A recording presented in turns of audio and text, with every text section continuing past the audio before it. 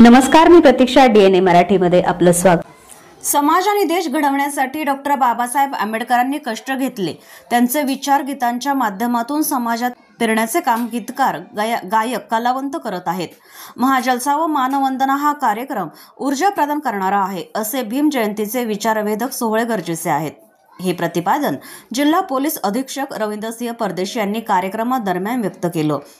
Doctor Babasaheb Ambedkar यांचा पूर्णाकृती पुतळ्याजवळ धम्ममैत्री संवाद अभियानाच्या वतीनं जल्लोष भीम जयंतीचा या उत्सव विचारांचा या निमंत्रित गायकांच्या भीमगीतांचा कार्यक्रम मोठ्या जल्लोषात संपन्न झाला. या कार्यक्रमाचे उद्घाटक म्हणून पोलीस अधीक्षक रवींद्रसिंह परदेशी हे होते, तर अध्यक्षस्थानी ज्येष्ठ नेते BS सहजराव, प्रमुख पाहुणे म्हणून ॲडव्होकेट गोरक्ष लोखंडे, सुरेश हिवराळे, DYSP दिनकर डंबाळे, भदंत मुदितानंद थेरो, मिलिंद सावंत, गौतम मुंडे, आशा खिल्लारे, वर्षा सेलुसकरेकर, पोलीस निरीक्षक दीपक वाघमारे, सतीश कांबळे, गौतम भराडे, प्रेमानंद बनसोडे, भीमराव वायवळ, आशिष वाकोडे, सतीश भिसे आदींची उपस्थिती होती.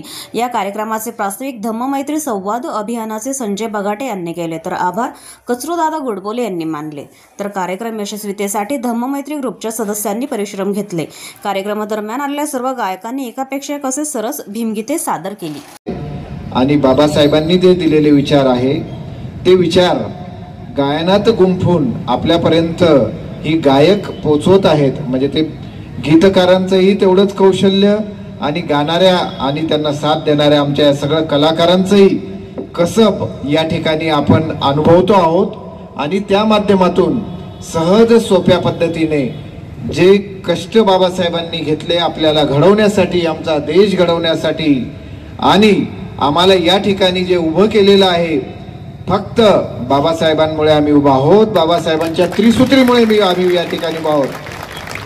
आता या ठिकाणी खरं तर तरुण मुलांना आपण आणायला पाहिजे. पुढच्या वर्षापासून मी आयोजकांना विनंती करेल की असा जो हा कार्यक्रम आहे आपले यंगस्टर्स या ठिकाणी असावेत, ज्यांनी या ठिकाणातून प्रेरणा घेऊन जावं.